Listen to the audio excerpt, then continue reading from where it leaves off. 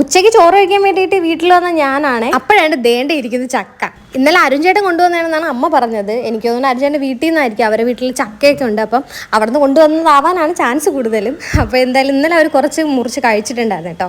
അങ്ങനെ പകുതി വെച്ചിരുന്നതാണ് ഇത്. അപ്പോൾ ഞാൻ എന്തായാലും കുറച്ചൊന്ന് ടേസ്റ്റ് നോക്കാമെന്ന് വെച്ചു. വരിക്കച്ചക്കയാണ്, അറിയാതിരിക്കുമല്ലോ ടേസ്റ്റും കാര്യം. എനിക്കാണെങ്കിൽ ഈ പഴുത്തുള്ള ഞാൻ ചക്ക കഴിക്കുന്നതൊന്നും ഇഷ്ടമല്ല. ഇതുപോലെ ഇരിക്കുന്നത് കഴിക്കാനാണ് ഭയങ്കര ഇഷ്ടം. എനിക്ക് മാത്രമല്ല ചേച്ചിക്കൊക്കെ അത് കഴിക്കാനാണ്. ചക്ക കഴിക്കാൻ ഭയങ്കരമായിട്ട് ഇങ്ങനെ കൊതിച്ചിരുന്നത് അങ്ങനെയല്ല കേട്ടോ. പക്ഷെ കണ്ടപ്പോൾ എനിക്ക് ഭയങ്കരമായിട്ട് കൊതി വന്നു. അങ്ങനെയാണ് ഞാൻ പെട്ടെന്ന് ചോറ് കഴിക്കുമെന്ന് ഞാനാണ് ചക്കയും കഴിച്ചുകൊണ്ടിരിക്കുന്നത്. സംഭവം എന്തായാലും മുറിച്ചപ്പോഴത്തേക്കും ഞാൻ വിചാരിച്ചതുപോലെ തന്നെ, അതായത് മറ്റേ ഭയങ്കരമായിട്ട് പഴുത്തൊലയാത്ത ആ ഒരു ചക്ക ഉണ്ടല്ലോ, അത് തന്നെയായിരുന്നു. നല്ല ടേസ്റ്റ് ഉണ്ടായിരുന്നു കേട്ടോ. ഇവ അമ്മയും പറഞ്ഞു നല്ല ടേസ്റ്റ് ഉണ്ട്, നീ എടുത്ത് കഴിക്കുന്നൊക്കെ.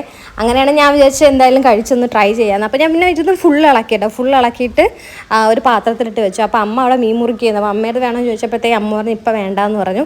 അപ്പോൾ ഞാൻ എല്ലാം കൂടി ഇളക്കി ഈ ഒരു പാത്രത്തിലിട്ട് വെച്ചു. അപ്പോൾ ഇനിയിപ്പോൾ അവർ കൂടെ വരുമ്പോൾ അവർ കൂടെ കഴിക്കാമല്ലോ എന്ന് വെച്ചിട്ട്.